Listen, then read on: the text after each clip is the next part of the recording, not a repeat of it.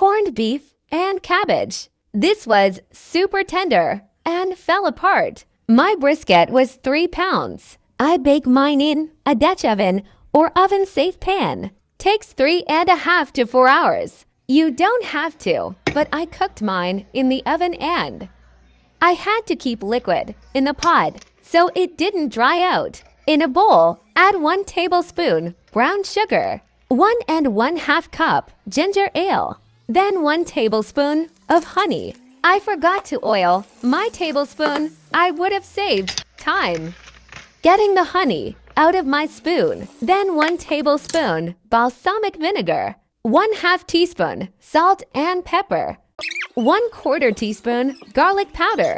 Whisk that up, set aside. I forgot to record it, but I soaked my brisket in cold water for 15 minutes before patting it dry. This part might be unnecessary, but I love the flavor of almost everything after you sear it. On a medium to medium-high heat, sear both sides of your meat for a minute to 2. I then pour 3/4 of what I mixed up into a Dutch oven. That is oven safe. Cover it, then put in a 325 oven for 2 hours while you prep everything else. Check out these blue Dutch potatoes I found. I quartered 1/2 of this bag of Dutch potatoes after I washed them.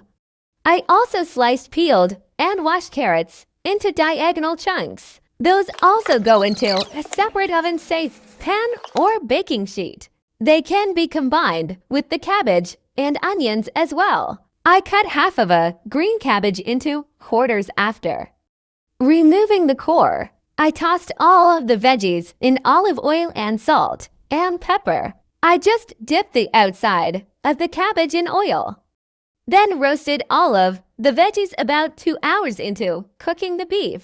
I also drizzled a little of the juices from the beef onto the veggies for extra flavor. Towards the end of the cooking, keep an eye on the liquid in pot so there is enough to cover the bottom of the pot or more. I diagonally cut 3 large carrots into about 1-inch pieces. I mix the carrots and potatoes in some oil, salt, and pepper, and a small spoonful of the juice the beef is cooking in. When I put the veggies in the oven, I also made half the amount of glaze that I made before to put on top, and because most of my liquid evaporated. So while I was adding more liquid on top of the beef, I put some on the veggies, drizzled a bit more oil and salt and pepper.